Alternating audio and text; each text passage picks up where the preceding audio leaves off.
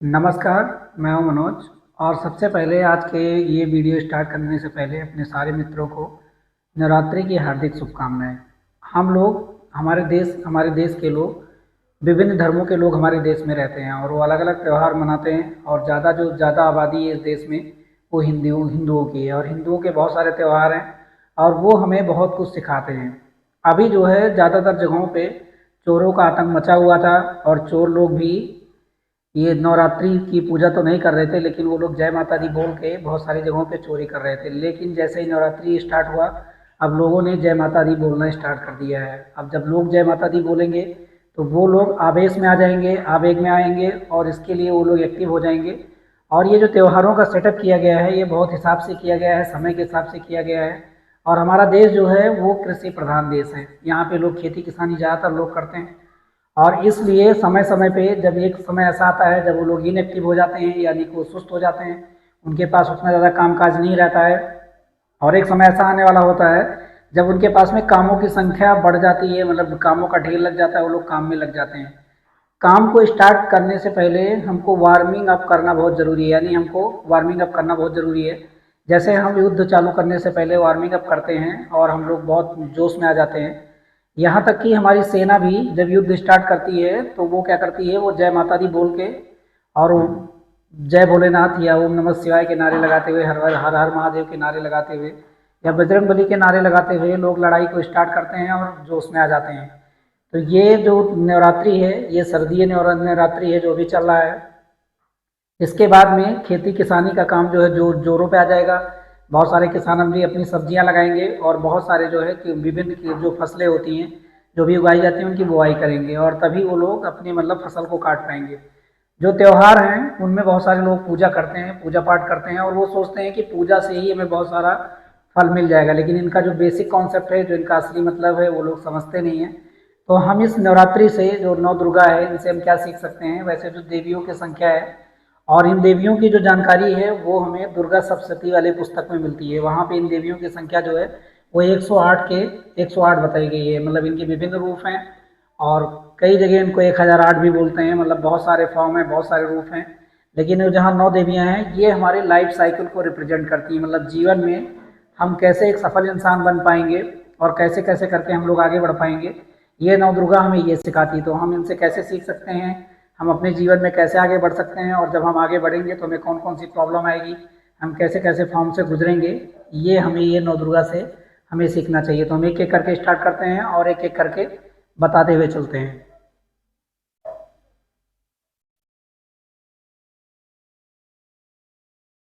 जो सबसे पहली देवी है, जिसकी सबसे पहले वाले दिन में पूजा करते हैं, उसको हम लोग शैलपुत्री के नाम से जानते हैं। प्रथम जो है, ऐसा बोलते हैं कि प्रथम शैलपुत्री, जो सबसे पहली देवी है वो शैलपुत्री है। और ये देवी के पास में कोई पावर नहीं है, मतलब कोई ऐसी पावर नहीं है, किसी से लड़ने भिड़ने का काम नहीं करती हैं। लेकिन इनकी लोग आराधना करते हैं। क्यों करते हैं, उसका क्या रीजन है? ये शैलपुत्री जो है, इनका नाम भी इनका खुद का अपना नाम नहीं है, ये इनके पिता का नाम है और ये अपने पिता के नाम से फेमस है। ये जो है हिमालय राज शैल शैल हिमालय हिमालय राज थे, उनकी बेटी थी। अगर ये चाहती, अपने जीवन में ये चाहती कि हमें एक अच्छी शादी करनी है और अच्छा जीवन जीना है, तो अपने पिता से ये बोल सकती थी कि हमारे लिए एक स्वयंवर रचाइए, एक स्वयंवर करिए, हमारे लिए वर ढूंढिए, या फिर आप एक काम करिए, मतलब ये जो इनके पास सुख सुविधाएं थी उसमें जीना ज़्यादा बेहतर समझती। लेकिन इन्होंने ऐसा नहीं समझा। इन्होंने अपने बल पे, अपने दम पे अपना नाम करना चाहा, अपने आप को आगे बढ़ाना चाहा। और इन्होंने, मतलब ये जो देवी जानी जाती हैं, ये टारगेट की वजह से जानी जाती है, यानी लक्ष्य निर्धारित करने की वजह से, टारगेट की वजह से, लक्ष्य निर्धारित करने की वजह से। और इन्होंने बहुत बड़ा लक्ष्य निर्धारित किया। ये टारगेट जो इन्होंने निर्धारित किया, वो बहुत बड़ा लक्ष्य निर्धारित किया। हमें जीवन में कभी भी, हम अपने करियर शुरू करने से पहले हमें सबसे पहली बात याद रखनी चाहिए कि जो भी हमारे पास है, हम चाहे अमीर हैं चाहे हमें गरीब हैं, ना हमें अपने अमीरी पे गर्व करना चाहिए और ना हमें अपने गरीबी पे तकलीफ में रहना चाहिए, तकलीफ महसूस करना चाहिए। बल्कि हमें एक टारगेट टारगेट डिसाइड करना चाहिए अपने जीवन में। टारगेट डिसाइड करना बहुत ज़रूरी है। बहुत सारे लोग ये बोलते हैं कि आप बहुत बड़े बड़े सपने देखते हो, बहुत बड़े बड़े ऊंचे ऊंचे ख्वाब देखते हो, आपके पूरे होने वाले। कोई बात नहीं, अगर नहीं पूरे होंगे तो नहीं पूरे होंगे, लेकिन लक्ष्य अपना उम्दा रखना चाहिए। इन देवी ने, इन्होंने क्या किया कि अपना लक्ष्य बनाया, इनको शिव की प्राप्ति करनी है। अब शिव जो है वो उस समय भी जब इन्होंने तपस्या की, उस समय शिव दिखाई नहीं देते थे, शिव सबसे मिलते नहीं थे। और आज भी वैसा ही है। बहुत सारे लोग बोलते हैं कि शिव है नहीं, लेकिन इन्होंने इसी शिव की तपस्या की और जो टारगेट निर्धारित किया इन्होंने जिद किया कि हम इस शिव को प्राप्त करेंगे, इस शिव की तपस्या करेंगे, और इनका अपना लक्ष्य जो निर्धारित किया बहुत बड़ा किया, और उस समय के लिए वो टारगेट बहुत बड़ा था। अब इनकी जो तस्वीर है, इनकी जो सवारी है वो बैल है। साधन का होना भी लाइफ में बहुत ज़रूरी है। अगर आपको स्पीड अप करना है, अपने लक्ष्य को जल्दी प्राप्त करना है, तो आपके पास साधन होना चाहिए। इनके हाथ में, इनके पास में हाथों की जो संख्या है वो 2 है, 2 से ज़्यादा हाथ नहीं। हर इंसान के पास में 2 हाथ हैं। जो एनिमल्स होते हैं, जो और जानवर हैं, 4 पैर वाले जानवर हैं या बिना पैरों वाले जो जानवर हैं, उनके पास में कोई हाथ नहीं होता। और इंसानों ने जो सबसे ज़्यादा अपने जीवन में कमाल किया है वो इन हाथों की वजह से शुरू किया है। जब ये हाथ इंसानों के फ्री हो गए तो उन्होंने ज़्यादा से ज़्यादा काम किया और ज़्यादा से ज़्यादा आगे बढ़े। तो इनकी भी, इस माता की जो हाथों की संख्या है वो 2 ही है। एक हाथ में त्रिशूल है, और ये त्रिशूल किसी को मारने के लिए नहीं है, ये सेल्फ डिफेंस के लिए है, अपने लिए है। और हर इंसान को सबसे पहले अपना डिफेंस सिस्टम डेवलप करना चाहिए, मतलब अपने आप को बचाने के लिए, अपने आप को सुरक्षित करने के लिए। बहरहाल अब ये त्रिशूल का समय नहीं है, अब हथियार जो एडवांस हो गए हैं, और बहुत सारे एडवांस बंदूकों के फार्म में अब हथियार आने लगे हैं। और दूसरा जो है, दूसरे हाथ में इनके पास में जो है कमल है, और वो कमल किसी को देने के लिए नहीं है, मतलब अपने से उच्च जो शक्तियाँ हैं उनको अर्पित करने के लिए है, और ये टारगेट के लिए जानी जाती हैं। तो अपने जीवन में हमें लक्ष्य निर्धारित करना चाहिए। बहुत सारे लोग बहुत सारे छोटे छोटे टारगेट जब इनकी पूजा करने जाते हैं तो अपने जीवन में बहुत सारे छोटे छोटे टारगेट डिसाइड करते हैं। जैसे कोई जाता है, बोलता है मेरा रेलवे में टिकट कंफर्म हो जाए, कोई बोलता है कि मुझे एक छोटी गाड़ी लेनी है, टाटा पंच लेना है, कोई बोलता है कि मुझे रेंज रोवर लेना है। लेकिन यहाँ पे क्या है कि एक बहुत बड़े टारगेट की बात हो रही है। हम ऐसा क्यों नहीं सोचते हैं कि हमें एक ट्रेन खरीदना है, वो भी एक साधन है। और अगर हम ट्रेन खरीद लेंगे, बहुत सारे लोग ये बोलेंगे कि ट्रेन कैसे खरीद लोगे, ट्रेन तो बिकती नहीं है। तो इसका जवाब है कि ट्रेन बिकती है। तेजस जैसी जो ट्रेनें हैं वो भी पूरी तरीके से प्राइवेट हो गई हैं, और प्राइवेट ट्रेनें भी। तो ये क्या होगा, ये कमाने का जरिया बन जाएगा, और ये लंबा टारगेट होगा लोगों का। तो कभी भी जीवन में अपना जो लक्ष्य है, चाहे वो पैसे कमाने का लक्ष्य हो, चाहे जो भी हो, कभी भी जाइए, इस मंदिर में जाइए और इस वाली देवी की पूजा करिए। तो अब इनसे यही प्रार्थना करिए कि हमारे दिमाग में कुछ ऐसा डालिए कि हमारी जो लक्ष्य बनाने की प्रवृत्ति है, जो लक्ष्य वाली प्रवृत्ति है, वो सबसे ऊंची हो जाए। आप कुछ मांगिए मत, अपने टारगेट को बनाने के लिए संकल्प करिए कि हम जो टारगेट बनाएंगे वो सबसे ज़्यादा ऊंचा होगा, सबसे ज़्यादा बड़ा होगा। इन्होंने भी अपने जीवन में टारगेट बनाया कि हम शिव की प्राप्ति करेंगे, शिव को प्राप्त करेंगे। शिव को किसी मिलते नहीं। इनके परिवार वाले लोगों ने भी इनको समझाया होगा, इनको बताया होगा कि शिव नहीं मिलेंगे, आप गलत जिद पे जा रहे हो, गलत रास्ते पे जा रहे हो। लेकिन इन्होंने हट किया, और इन्होंने अपना लक्ष्य जो सेट किया, टारगेट जो सेट किया, वो शिव को बनाने के लिए किया। तो हमें इनसे जो सीखना है, लर्निंग जो करनी है, हमें अपने जीवन में बहुत बड़ा टारगेट, जितना हम सोच सकते हैं अपने लाइफ में, उतना बड़ा टारगेट लोगों को बनाना चाहिए। बहुत सारे लोग काम करना स्टार्ट करते हैं। आज का जैसा सोशल मीडिया का दौर है, लोग वीडियो बनाना स्टार्ट करते हैं, तो वो पहले सोचते हैं कि हम जैसे काम करना स्टार्ट नहीं करेंगे उससे पहले ही हम बहुत ज़्यादा फेमस हो जाएंगे, इतने बड़े बन जाएंगे। वो जो लोग बड़े बने हैं उनके स्ट्रगल को लोग नहीं देखते हैं, उनके संघर्ष को नहीं देखते हैं कि कितने बार, कितने दिनों के बाद में बने हैं और कैसे कैसे बने हैं, वो उनको दिखाई नहीं देता है।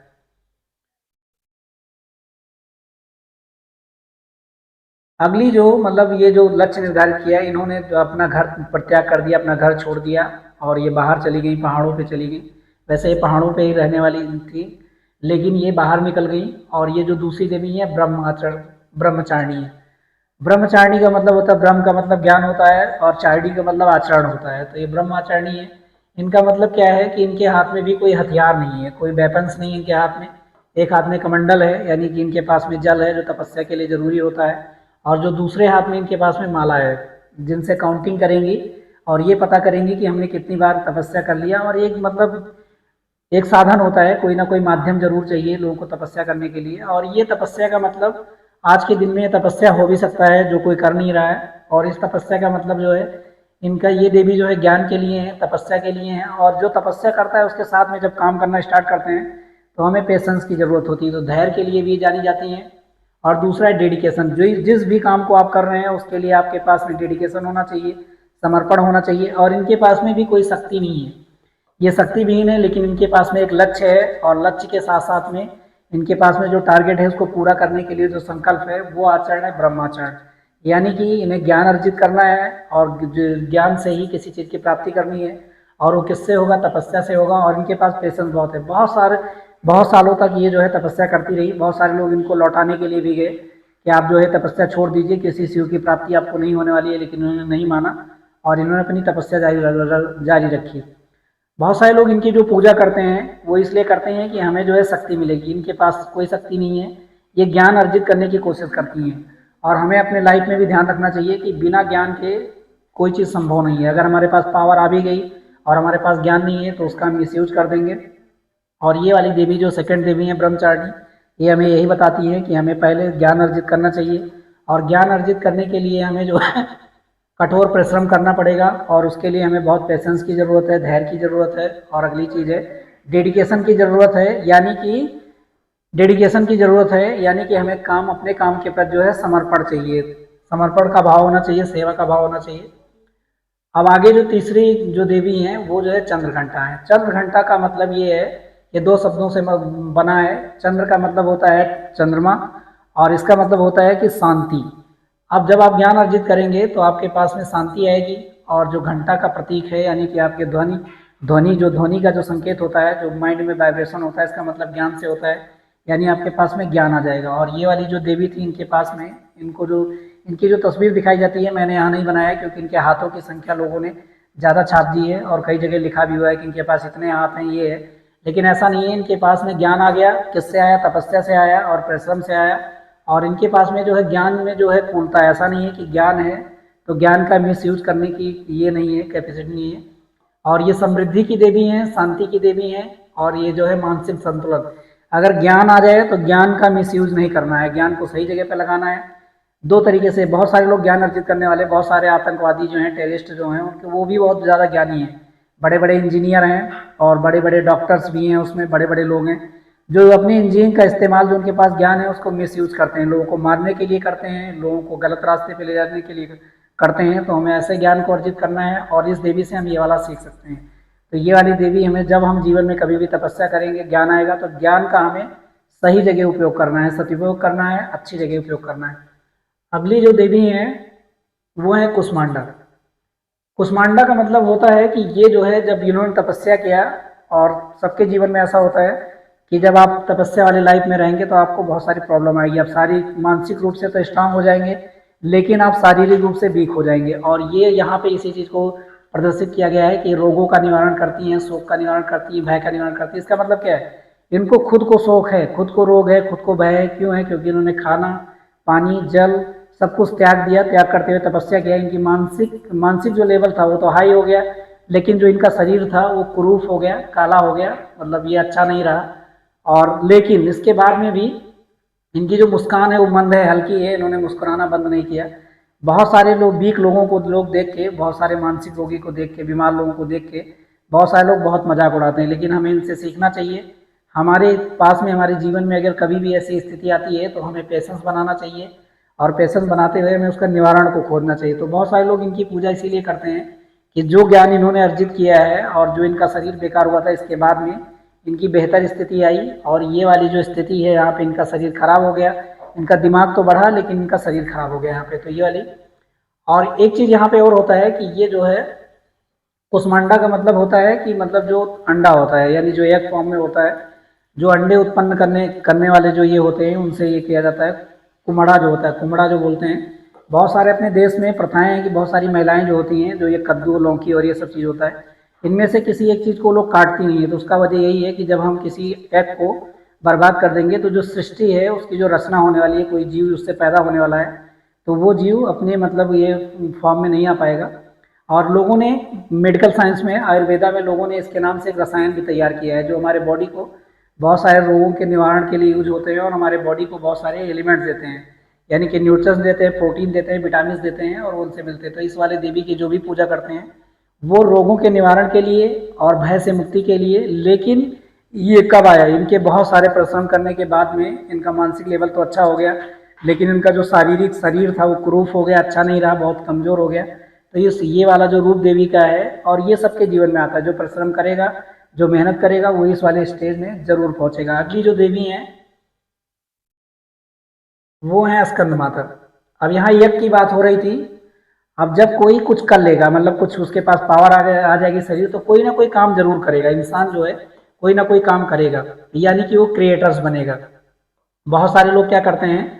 क्रिएटिंग का काम करते हैं, यूट्यूब चैनल पे, फेसबुक पे। अपने जीवन में बहुत सारे लोग साइंटिस्ट बनते हैं, कोई वैज्ञानिक बनता है, कोई क्या करता है, मतलब कोई डॉक्टर बनता है, कोई इंजीनियर बनता है, कोई अध्यापक बनता है, बहुत सारे काम लोग करते हैं। क्रिएटिविटी उनके अंदर आती है और उस क्रिएटिविटी को लोग परफॉर्म करते हैं। अब यहाँ की जो क्रिएटिविटी है, जो स्कंद का मतलब होता है कार्तिकीय और माता, मतलब स्कंद माता है, ये कार्तिकीय की माता है, यानी ये जन्म देने वाली हैं।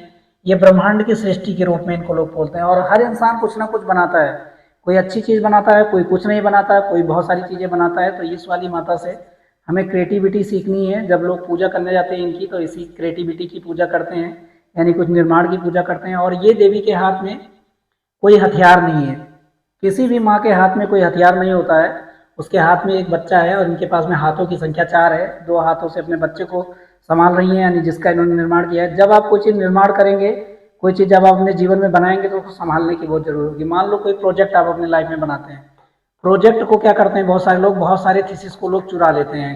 काम आपका है और वो लोग चोरी करेंगे और अपने नाम से प्रकाशित कर देंगे।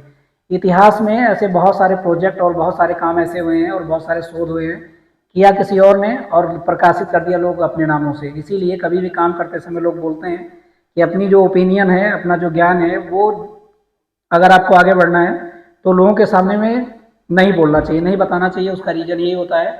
तो ये जो है इनको सुरक्षित रखने का काम करती हैं। ऐसी माता हैं जिनके 2 हाथों में अपने बच्चे को संभाल रही हैं, यानी जो आपकी क्रिएटिविटी है उसको सेव रखना बहुत ज़रूरी है, ये हमें ये सिखाती हैं। और दूसरे हाथ में इनके पास में कमल का फूल है। इनके पास में कोई हथियार नहीं है, क्योंकि हथियार की कोई ज़रूरत नहीं है।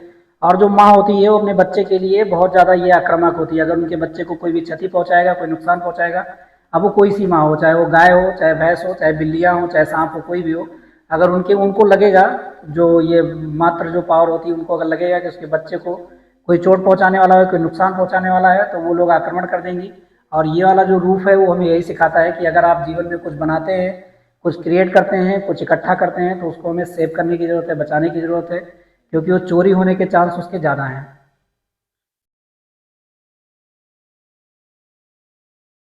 आगे की जो देवी है वो उस देवी का जो नाम है, अब जीवन में क्या है कि जब आप कुछ इकट्ठा करेंगे और कुछ कर पाएंगे, कुछ अपनी तपस्या से इकट्ठा करेंगे, तो आपके पास में आपके लिए बहुत सारे लोग खड़े हो जाएंगे समाज में। आपको उल्टा करने के लिए आपकी बहुत सारी बातों को लोग डिकोड करेंगे और ये बताएंगे कि आप गलत बोल रहे हैं, गलत बता रहे हैं। और ये कात्यायनी है इनका नाम। ये नाम क्यों है? क्योंकि ये ऋषि जो थे, कात्यायन ऋषि जो थे, उनकी बेटी पुत्री के रूप में पैदा हुई, उन्होंने तपस्या किया। तपस्या करने का रीजन यही था कि ये जो देवी हैं, ये क्या करती हैं, ये क्या करती हैं कि इनको जो है, इनको उनको प्रॉब्लम है किससे, मतलब राक्षसों से। बहुत सारे राक्षस ऐसे पैदा हो गए हैं, ऐसी शक्तियाँ पैदा हो गई जिनका मतलब समाज से जिनको हटाना बहुत ज़रूरी है। ऐसी स्थिति भी आ सकती है जब आपको लड़ाई करना पड़े, लोगों से झगड़े करना पड़े। और ये इसीलिए, और जब आप जीवन में कुछ इकट्ठा करेंगे, जब आप और आगे बढ़ेंगे, आपके पास परिवार डेवलप होगा बहुत सारी, तो यहाँ 4 चीज़ें आती हैं। आपके पास में अर्थ आ जाएगा, और अर्थ को बचाने के लिए आपको धर्म की ज़रूरत पड़ेगी, और उसके साथ में काम की ज़रूरत पड़ेगी, और काम के साथ में आपको जीवन में मोक्ष भी प्राप्त करना है। तो उसी की देवी हैं। और इनको महिषासुर मर्दनी के नाम से भी जाना जाता है, क्योंकि इन्होंने महिषासुर का वध किया था। और इनका असली मतलब यही है। और लोग जो लोग पूजा करते हैं इनकी, वो इन्हीं फॉर्म में करते हैं। तो ये हमारे जीवन का भी एक पार्ट है। और ये सभी के जीवन में जो लोग अच्छा करेंगे, जो लोग कुछ करेंगे नहीं, उनके पीछे कोई नहीं लगेगा, और जो लोग अच्छा करेंगे उनके बहुत सारे दुश्मन खड़े हो जाएंगे। तो उनका अंत करना बहुत ज़रूरी है। ये वाली देवी हमें बताती हैं। और जो अब इनके पास में जो हथियार, अब हथियार आना चालू हो गए। 4 हाथ हैं इनके पास में, 4 हाथों की संख्या जो है 4 है। इनके पास में तलवार है, कमल है, और एक हाथ में इनके पास में ऐसा नहीं है। ये सबको नहीं मारेंगी, जो लोग गलत लोग हैं उनका संहार करेंगी, और जो लोग अच्छे लोग हैं उनको एक हाथ से आशीर्वाद देंगी। और जो लोग मतलब इनके हाथ में पुष्प भी है, और जो लोग पुष्प वाला पुष्प भेंट करने का काम करेंगे, अच्छे रहेंगे, उनको सुगंध भी प्रदान करेंगी और सुख भी प्रदान करेंगी। तो इनके हाथों की संख्या ज़्यादा है। लेकिन अब इनके पास में हथियार है, और ये लड़ाई वाली देवी है, मतलब लड़ाई करने वाली है, और ये युद्ध भी कर लेंगी। उसके बाद में जो अगली देवी का नाम आता है वो कालरात्रि का नाम है। और इसका मतलब काला से होता है, कालरात्रि मतलब रात में। जीवन में हमेशा याद रखिए कि कभी समय ऐसा आएगा जब आपको मतलब बहुत उल्टा बनना पड़ेगा, लोगों के लिए बहुत उल्टा बनना पड़ेगा, बहुत बहुत ज़्यादा उल्टा बनना पड़ेगा। और जब ऐसी निगेटिव शक्तियाँ डेवलप हो जाएंगी आपकी लाइफ में, तो आपको एक बार लड़ना पड़ेगा। अब वो चाहे केस हो, चाहे आप वर्बली लड़ें, चाहे कैसे भी लड़ें, एक बार आपको लड़ाई जरूर जरूर करनी पड़ेगी। लेकिन ऐसा नहीं है कि बातों बातों में लड़ जाना है, जब सारे रास्ते बंद हो जाएं तो लड़ाई करनी है। और ये वाली देवी इसी के लिए है। इनका स्वरूप काला है इस देवी का, और इनकी भी लोग आराधना करते हैं, पूजा करते हैं। और इनके हाथों में भी हथियार है, इनके हाथों की भी संख्या 4 है। लेकिन इनकी जो सवारी है वो बैल ना होके, बाघ ना होके, शेर ना होके, इनकी जो सवारी है वो गधा है, ऐस है। और ये ऐस क्यों है? क्योंकि ये जो होता है ये अपनी मनमानी नहीं करता, ये कभी मतलब उदंड नहीं करता, ये सीधा होता है। इसको कितना भी भार वहन करने की जो इसकी क्षमता होती है बहुत ज़्यादा होती है, और इंसानों ने इसको यूज भी किया है। और इनके ऊपर ये सवार हैं, इनसे चलती हैं, और इसका मतलब यही कि इसको जहाँ मोड़ोगे वो उधर मुड़ जाएगी। देवी भले बहुत मतलब ये प्रचंड है, चंड है, लेकिन जो इनका सवारी है वो बहुत ही सीधा है।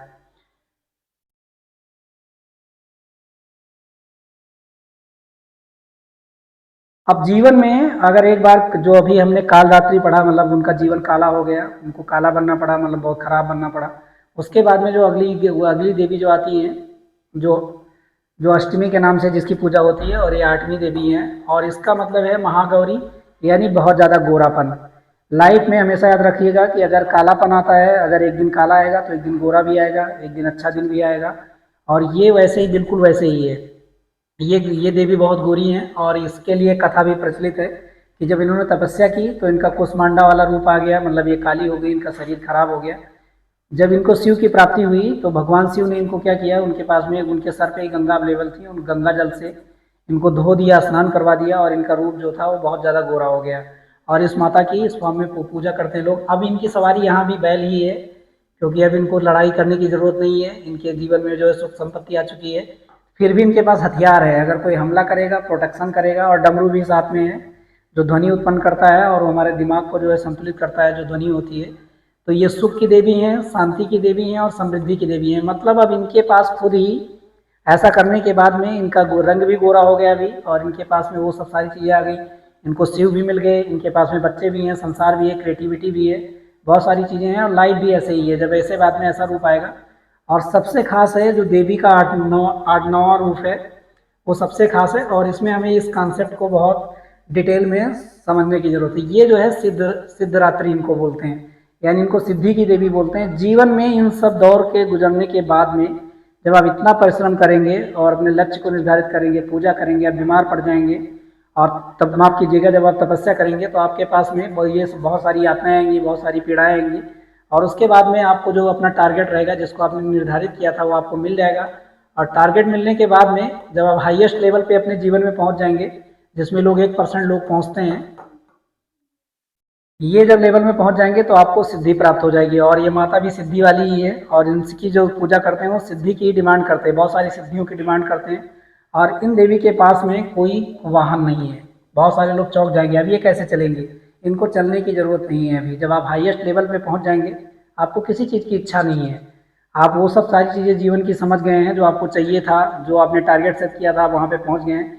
ये जो है कमल पे विराजमान है, भगवान विष्णु की तरह इनके पास कमल है, शंख है, चक्र भी है, सारी चीज़ें हैं, सारे हथियार हैं। जब ज़रूरत पड़ेगी तो उसका इस्तेमाल ही कर लेंगे। अगर इनको ज़रूरत पड़ेगा तो इनके पास में जो है गाड़ियाँ भी आ जाएंगी, इनके पास में बैल भी आ जाएगा, शेर भी आ जाएगा, सब कुछ आ जाएगा, क्योंकि इनके पास में शक्ति है। शक्ति कैसे है? इन्होंने अपने बलबूते पे डेवलप किया है, मतलब ये किया है, निजात किया है। तो ये 9 दुर्गा हैं, और 9 दुर्गा से हम बहुत सारा जानकारी ले सकते हैं, ज्ञान ले सकते हैं, सीख सकते हैं। हम में से बहुत सारे लोग क्या करते हैं कि इनकी केवल पूजा करते हैं और डिमांड करते हैं, इनको कुछ अर्पित करते हैं। कोई भी देवी देवता किसी से कुछ नहीं मांग रहा है, और कहीं ऐसा नहीं लिखा है कि इनको ये अर्पित करिए, अर्पित करिए। बहरहाल हमारा मन लगाने के लिए, हमको पूजा पद्धति में कंसंट्रेट होने के लिए, और बहुत सारे जतन करने के लिए हम लोग ऐसा करते हैं, लेकिन ऐसा कहीं नहीं है, ना ही किसी से मांग रही हैं। और ये अगर ऐसा करेंगे तो आपको निश्चित ही एक दिन, एक ना एक दिन जो है सफलता जरूर मिलेगी, और आप अपने लक्ष्य तक पहुंच जाएंगे। आज के लिए इतना ही। आई होप सो इस नवरात्रि वाले कॉन्सेप्ट को आप समझे होंगे। मिलेंगे अगले वीडियो में एक नई टॉपिक के साथ में। तब तक के लिए जय माता दी।